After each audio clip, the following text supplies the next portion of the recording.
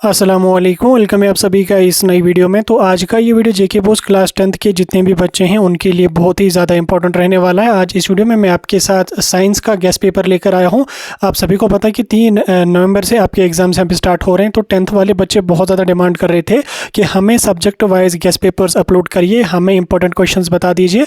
तो फाइनली हमने आपके गेस्ट पेपर्स की सीरीज़ यहाँ पे स्टार्ट करी है। तो आज हम साइंस का गेस्ट पेपर अपलोड करेंगे, कल आपको दूसरे सब्जेक्ट्स का देखने को मिलेगा। उसी तरह से आने वाले 4 या 5 दिनों के अंदर अंदर आपको सभी सब्जेक्ट्स के गेस्ट पेपर्स यहाँ पे हमारी चैनल पे देखने को मिलेंगे। वीडियो में आगे बढ़ने से पहले आप ये वीडियो अगर पहली बार देख रहे हैं तो चैनल को जरूर सब्सक्राइब कर देना, साथ में हमारा टेलीग्राम और व्हाट्सएप ग्रुप ज्वाइन कर लेना, लिंक डिस्क्रिप्शन में आपको मिल जाएगी। तो चलिए वीडियो को शुरू कर ले। तो देख लेते हैं यहाँ पे क्लास 10th साइंस के गेस्ट पेपर के बारे में। अगर आपको इस गेस्ट पेपर का PDF चाहिए, हमारा टेलीग्राम या व्हाट्सएप ग्रुप ज्वाइन कर लेना, लिंक आपको डिस्क्रिप्शन में मिल जाएगी। नहीं तो यहाँ पे जो क्वेश्चन मैं आपको बताता जाऊँगा आप उन क्वेश्चन को नोट डाउन करते रहिए। और आप ये वीडियो कहाँ से देख रहे हैं, किस गाँव किस डिस्ट्रिक्ट से आप देख रहे हैं, तो वो हमें आप कमेंट्स में ज़रूर बताना है, क्योंकि आने वाले वीडियोस में आपको बाकी सभी सब्जेक्ट्स का गेस्ट पेपर हम अपलोड करेंगे। तो मैंने यहाँ पे जो गेस्ट पेपर आपके लिए प्रिपेयर करा है वो मैंने आपके लिए चैप्टर वाइज यहाँ पे बताया है। तो एक एक चैप्टर का मैं बताता जाऊँगा, उसमें कौन कौन से इंपॉर्टेंट क्वेश्चन हैं जो बोर्ड में आने के चांसेस यहाँ पे रहते हैं। तो आप इन क्वेश्चन को बिल्कुल भी स्किप आपने नहीं करना है।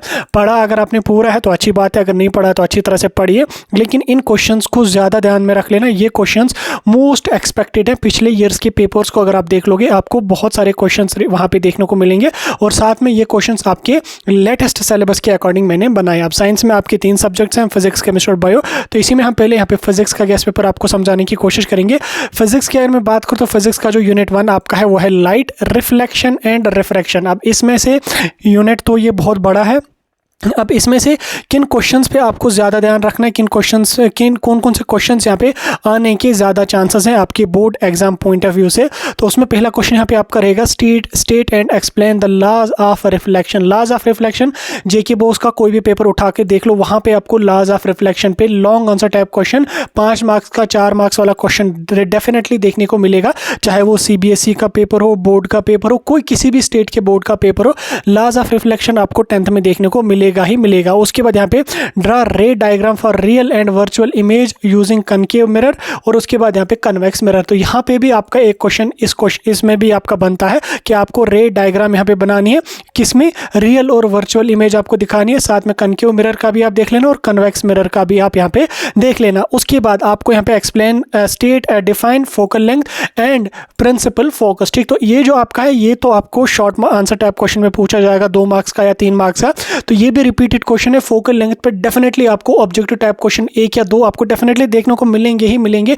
प्रिंसिपल फोकस की डेफिनेशन आपको हर साल पूछी जाती है, तो इसको भी आप यहाँ पे अच्छी तरह से प्रैक्टिस करना। आगे हम चलेंगे, अगला यहाँ पे है explain the dispersion of white light by glass prism. Dispersion of white light by glass prism, ये भी आपको लॉन्ग आंसर टाइप क्वेश्चन में अक्सर बोर्ड के पेपर्स में रिपीटेड देखने को मिल रहा है। तो इसलिए इस क्वेश्चन को भी लाइटली नहीं लेना है, इसको आपने बिल्कुल अच्छी तरह से प्रैक्टिस करना। और जो इसकी डायग्राम इस तरीके की बनती है उस डायग्राम को प्रैक्टिस करना, उस डायग्राम को बनाना और अच्छी तरह से यहाँ पे लिखना, इंसिडेंट रे से आगे फिर लाइट को क्या हो गया, फिर यहाँ से क्या हो गया इसको, तो वो सारी चीज़ें आप वहाँ पे बना के आना। तो इस वाले क्वेश्चन पे भी आप ध्यान रख लेना।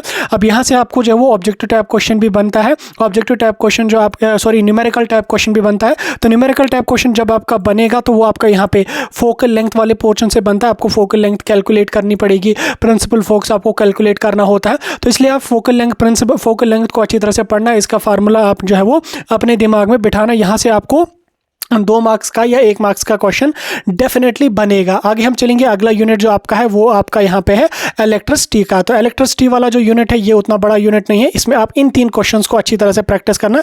जैसे क्वेश्चन नंबर 1 आपका है स्टेट ओहम्स लॉ। ठीक, ओहम्स लॉ आपको हर साल रिपीटेड देखने को मिलेगा, तो इसलिए state and explain Ohm's law करके आपका एक क्वेश्चन यहाँ पे बन सकता है। तो इस क्वेश्चन को अच्छी तरह से पढ़ना, अच्छी तरह से प्रिपेयर करना। आगे हम चलेंगे, अगला क्वेश्चन यहाँ पे आपका है drive formula for resistance in series और पैरेलल। ठीक, तो ये आपको लॉन्ग आंसर टाइप क्वेश्चन में इसको स्टार करके मैं अभी के लिए रख लेता हूं। तो ये क्वेश्चन आपको लास्ट ईयर भी आया था और इस साल भी ये यहाँ पे आपका स्टार मार्क करके रख लो। ये तो बिल्कुल आपने इलेक्ट्रिसिटी वाले यूनिट में छोड़ना नहीं है। ठीक है, आपको क्या काम करना है, drive formula for resistance in series and in parallel. ठीक, दोनों आप पढ़ना। सीरीज वाला तो आता ही आता है और मे भी पैरेलल वाला भी अगर पूछा गया या अगर लॉन्ग आंसर टाइप क्वेश्चन में आया तो आपको सीरीज और पैरेलल दोनों पूछे जाएंगे। तो इसलिए दोनों पढ़ के जाना, डायग्राम के थ्रू समझाना उसको कि कैसे, जैसे पैरेलल में ऐसे कैसे डायग्राम बनेगी, सीरीज में कैसे बनेगी, इस तरह का कुछ होता है। अब यहाँ पे मुझे स्क्रीन पे बनाया नहीं जा रहा है पूरा, तो आप उसको बना लेना, एक्सप्लेन करना अच्छी तरह से। आगे हम चलेंगे, अगला क्वेश्चन यहाँ पे आपका इससे बनेगा, calculate equivalent resistance in complete circuit. ये भी क्वेश्चन भी आपका बन सकता है। ये अगर लॉन्ग में ना आया, ये तो आपको शॉर्ट में आने के चांसेस रहेंगे, लेकिन ये जो ओहम्स लॉ और यहाँ पे resistance in series and parallel, इसको स्टार करके रख लो दोनों क्वेश्चंस को। ये मोस्ट रिपीटेड क्वेश्चन है बोर्ड के, ठीक। इन क्वेश्चंस को बिल्कुल भी स्किप आपको नहीं करना है। आगे हम चलेंगे, अगला क्वेश्चन, अगला यूनिट आपका है magnetic effect of electric current. अब इस वाले यूनिट की अगर हम बात करें तो magnetic effect of electric current, इससे अगर हम देखें तो इसमें आपका यहाँ पे क्वेश्चन क्या बनेगा, define magnetic field and field liners, ठीक। मैग्नेटिक फील्ड की डेफिनेशन आपको पूछी जाएगी 2 मार्क्स में, या मैग्नेटिक फील्ड लाइनर्स की डेफिनेशन आपको 2 मार्क्स में पूछी जाएगी। ये आपका रिपीटेड है, अक्सर आप 10th के साइंस का पेपर देख लो, या तो आपको 2 मार्क्स में मैग्नेटिक फील्ड पे क्वेश्चन आया है या मैग्नेटिक फील्ड लाइनर्स पे आया है। तो इसलिए इस क्वेश्चन को भी लाइटली नहीं लेना है, इसको भी अच्छी तरह से प्रैक्टिस करना और इसकी डायग्राम बनाने की भी कोशिश कर लेना वहां पे, ताकि आंसर अट्रैक्टिव लगे और मार्किंग करने वाला मैक्सिमम मार्क्स देने की कोशिश करे। उसके बाद इसी यूनिट से आपका अगला क्वेश्चन है, state Fleming's left hand rule and right hand thumb rule, ठीक। ये जो 2 रूल्स इस यूनिट से हैं, ये मोस्ट इंपॉर्टेंट है और अक्सर आपको बोर्ड एग्जाम्स में ये क्वेश्चन रिपीटेड देखने को मिलेगा। खासकर जो लेफ्ट हैंड थंब रूल है, ये डेफिनेटली आपका 3 या 4 मार्क्स में पूछा जाता है बोर्ड एग्जाम्स में, इसलिए दोनों रूल्स को आप पढ़ लेना। दोनों मैंने आपको बोले, फ्लेमिंग्स लेफ्ट हैंड रूल और उसके साथ साथ राइट हैंड थंब रूल, इसको भी पढ़ना, इसको भी प्रिपेयर करके अच्छी तरह से जाना। तो यहां से भी आपका एक क्वेश्चन डेफिनेटली बनेगा।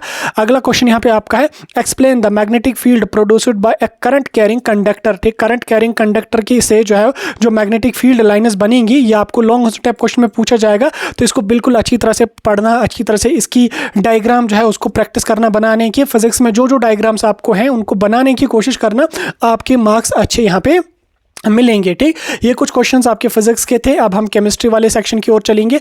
केमिस्ट्री में हमारा, अगर हम बात करेंगे केमिस्ट्री की, तो केमिस्ट्री में हमारा यूनिट 1 जो है वो है केमिकल रिएक्शन एंड इक्वेशन। काफ़ी टिपिकल यूनिट है, काफ़ी लेंथी यूनिट है, लेकिन इसको हम कुछ ही क्वेश्चंस यहाँ से प्रिपेयर करेंगे। जैसे यहाँ पे आपका है, define reactants products balanced equations, ठीक। या तो आपको रिएक्टेंट्स की डेफिनेशन 2 मार्क्स में पूछी जाएगी, या आपको प्रोडक्ट्स की डेफिनेशन 2 या 1 मार्क्स में पूछी जाएगी, या तो आपको बोला जाएगा कोई इक्वेशन दी जाएगी, उसको बैलेंस करने को आपको बोला जाएगा, ठीक। या आपको बोला जाएगा कि बैलेंस्ड इक्वेशंस की डेफिनेशन लिखो और एक एग्जांपल भी उसकी लिखो। तो आप क्या काम कर लेंगे, आप बैलेंस्ड इक्वेशंस क्या होते हैं वो आप लिखेंगे, कोई एक एग्जांपल आप उसमें चिपका देंगे, इक्वेशन बैलेंस करके डालेंगे। या कभी कभी इसमें आपका इक्वेशन दी गई होगी, वहीं पे आपको बोला जाएगा कि इस इक्वेशन को बैलेंस कर लो। आपने देखना है कि इसमें रिएक्टेंट्स क्या है, प्रोडक्ट क्या दिए हुए हैं, तो फिर उसको बैलेंस आपको करना आना चाहिए, ठीक। इसको देख लेना, थोड़ा सा टिपिकल टॉपिक है लेकिन रिपीटेड क्वेश्चन है बोर्ड एग्जाम्स में, इसको पढ़ना। उसके बाद नेक्स्ट यहाँ पे आपका right chemical equation combustion of methane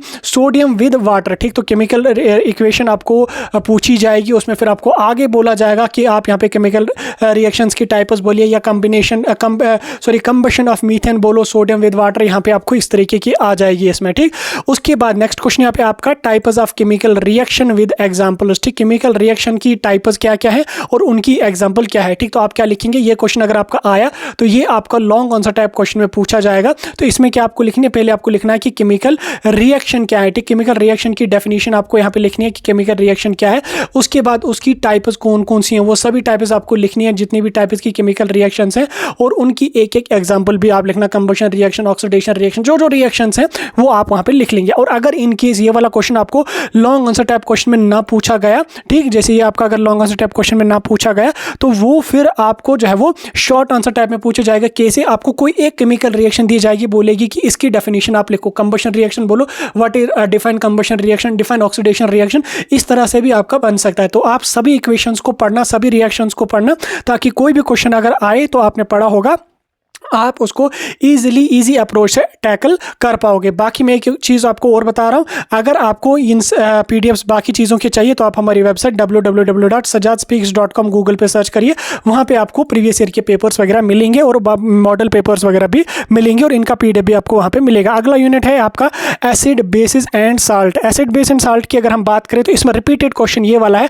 define acids and bases by Arrhenius concept. ये रिपीटेड क्वेश्चन है बोर्ड का, ठीक, बोर्ड का फेवरेट क्वेश्चन है, बोर्ड का रिपीटेड रिलेटेड क्वेश्चन है तो आपको एसिड और बेसिस की डेफिनेशन पता होनी चाहिए और एक्सप्लेन उसको हम कैसे करेंगे, बहुत सारे कंसेप्ट आपके सिलेबस में है। तो एर्हीनियस कंसेप्ट जो है ये मोस्ट इंपॉर्टेंट है, तो आपके सिलेबस में जो 2-3 है तो सभी को आप पढ़ लेना, लेकिन एर्हीनियस कंसेप्ट को अच्छी तरह से प्रिपेयर करके जाना। अगला क्वेश्चन आपका आ सकता है यहाँ पे, define pH scale and it is importance. ठीक, अब ये अगर शॉर्ट आंसर टाइम क्वेश्चन में पूछा गया तो आपको पूछा जाएगा कि explain pH scale and what is the importance of pH scale, आपको पूछा जा सकता है। या अगर आपको इन केस वेरी शॉर्ट में पूछा गया तो आपको सिंपली पीएच स्केल की आपको डेफिनेशन पूछी जाएगी या पीएच स्केल की सिंपली इंपॉर्टेंस आपको पूछी जाएगी। तो आप दोनों पढ़ना, इंपॉर्टेंस क्या है पीएच स्केल की और पीएच स्केल की डेफिनेशन क्या है, तो दोनों पढ़ के आप यहाँ पे जाना। आगे हम चलेंगे, अगला क्वेश्चन यहाँ पे आपका इसी वाले यूनिट से नेक्स्ट क्वेश्चन मैंने यहाँ पे रखा है कि what happens when acid reacts with base, यानी कि एसिड और बेस को जब हम रिएक्ट करेंगे क्या बनेगा, साल्ट फॉर्मेशन, वो आपको पता होनी चाहिए। अगला क्वेश्चन यहाँ पे आपका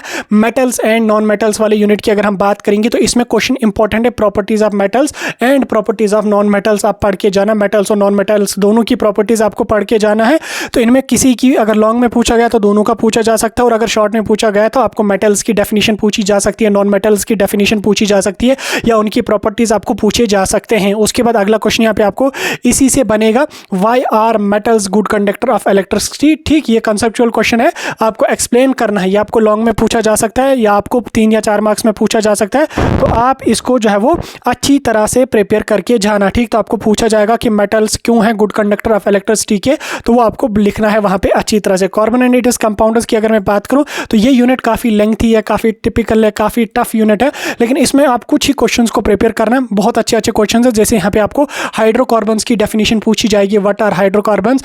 उसके साथ आपको पूछा जा सकता है explain saturated and unsaturated compounders. ठीक, सैचुरेटेड और अनसैचुरेटेड कंपाउंडर्स की आपको डेफिनेशन पूछी जाएगी, उसको एक्सप्लेन करने के लिए आपको बोला जाएगा, तो इसलिए आप जो है वो इनको अच्छी तरह से पढ़ के जाना, दोनों को पढ़ के जाना। ठीक, नेक्स्ट आपका यहाँ पे पूछा जाएगा why do carbon compounders have covalent bonds. ये आपका डेफिनेटली पूछा जाता है, रिपीटेड है ये, इसको भी स्टार मार्क करके आप रख लो। आपको बोलना है कि कार्बन कंपाउंडर्स में कोवलेंट बॉन्ड्स क्यों बनती हैं और एक एग्जांपल के साथ एक्सप्लेन करना पड़ेगा। लॉन्ग आंसर टाइप क्वेश्चन यहाँ से आपको बन ही जाएगा, या तो आपको सैचुरेटेड अनसैचुरेटेड कंपाउंडर्स का बोला जाएगा, या आपको बोला जाएगा कि जो कार्बन कंपाउंडर्स हैं उनमें कोवलेंट बॉन्ड क्यों होती है, तो ये आपको यहाँ से देखने को मिलेगा। बायोलॉजी की अगर मैं बात करूं तो बायोलॉजी वाला जो आपका पोर्शन है, बायोलॉजी वाले पोर्शन को आपने कैसे टैकल करना, कौन कौन से क्वेश्चंस आपको यहाँ पे इससे पढ़ने।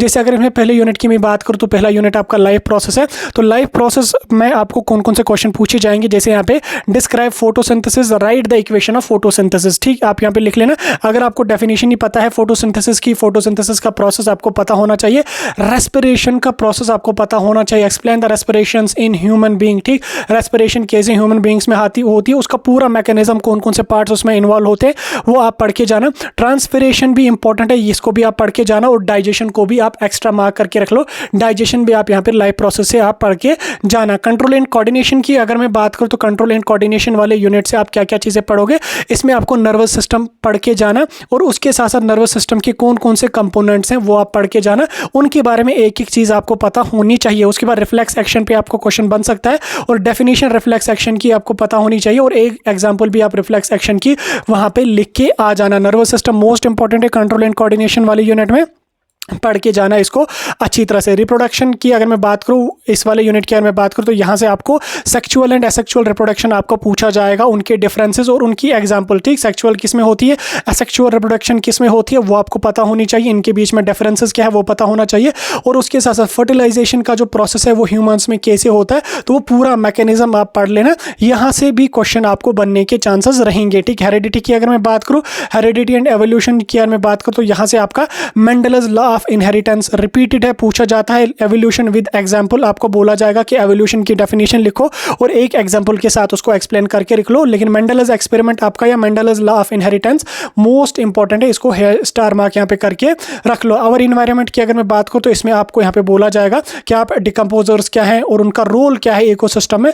ये मोस्ट इंपॉर्टेंट क्वेश्चन है इस वाले यूनिट से, तो इसको आप पढ़ के जाना। डिकम्पोजर्स क्या होते हैं, उनकी आपको अच्छी तरह से डेफिनेशन और उनका रोल क्या है। कुछ इंपॉर्टेंट टिप्स आप यहाँ पे देख सकते हैं इस साइंस वाले पेपर में। तो इसमें आपको फोकस उन चैप्टर्स पे रखना है जिनके ज़्यादा मार्क्स हैं, जैसे लाइफ प्रोसेस है, आपका लाइट है, केमिकल रिएक्शन है और इलेक्ट्रिसिटी है। और जो भी जहाँ पे भी आपको डायग्राम बोली गई है उन डायग्राम्स में आप अच्छी तरह से प्रैक्टिस करना, जैसे ह्यूमन हार्ट है, प्रिज्म एक्सपेरिमेंट है, प्लांट टिश्यूज़ हैं, जिसमें मैंने ऊपर आपको बोला था कि प्रिज्म में आप अच्छी तरह से इमेज बना लेना ताकि मार्क्स अच्छे मिले। उसी तरह से यहाँ पे आपको डेफिनेशन जो है उनको अच्छी तरह से रिवाइज करना, फार्मूला जो है उनको 2-4 बार अच्छी तरह से प्रैक्टिस करना, आपके वो दिमाग में सेव हो जाएंगे। तो ये था आपका क्लास 10 साइंस का मॉडल गेस्ट पेपर जो मैंने आपको समझा दिया। अगर ये वीडियो अच्छा लगा, इस वीडियो को लाइक शेयर करके अपने सभी दोस्तों तक जरूर पहुंचाना।